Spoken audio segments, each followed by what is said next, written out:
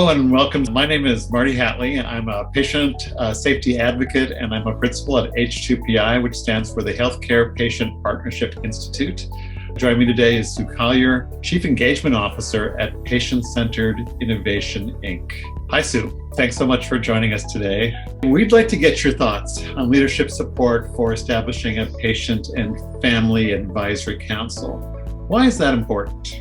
Leadership really represents the vision and the direction of an organization. So when I think of leadership, I think there's a distinct difference between a leader and a manager. A manager is someone who utilizes rules and processes and structure to essentially control work. A leader is really someone who inspires and influences change in an organization. It's someone who serves in a role to really make a difference and to improve an organization. So it's critical that leaders are not only at the table, but all in terms of their heart, head, and their hands when it comes to leading patient and family engagement work.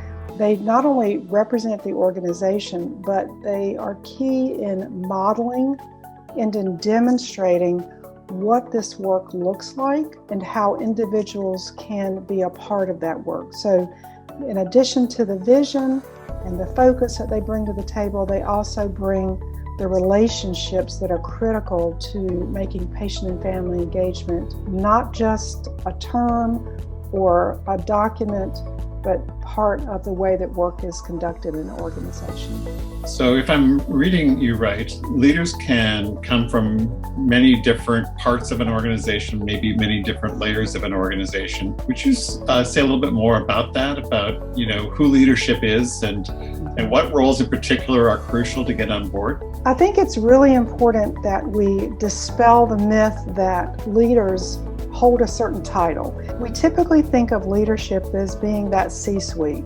I'd like to think of leadership as really running the whole gamut of those individuals that have titles, but also leadership happens at the grassroots. It can happen on a daily basis at the bedside as well as to the boardroom. So for me, leaders are critical in patient engagement in terms of the roles that they play across different rooms. So we think of the C-suite room as being the room where all the chiefs meet. I think of the patient's room as having a number of different leaders.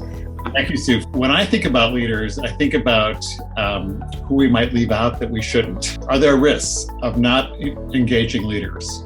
Yes, as a matter of fact, there is. And I can give you some specific examples of where I learned that sometimes the not so obvious leaders are the ones that need to be at the table. It's very critical for an organization to have board level commitment to patient engagement work. One leader in particular that I learned, actually two, that were critical was the HR leader. They can be incredible champions in embedding structural changes that help to hardwire, and some people don't like to use that term, but I think it clearly frames that you want some stability and some structure that will last over time. And the other person that I think sometimes is forgotten is your legal counsel or your compliance officer. I found it incredibly valuable to sit down with our legal counsel, our general counsel for the system, to give them a one-on-one explanation of what is patient engagement, why is it important, how does this help us become a safer and stronger and a higher quality organization. Those are two that might be surprising for some leaders to hear, are important to not forget. Thank you, Sue. It's been a delight to talk to you today. And I'm so glad that you joined us. Thank you very much.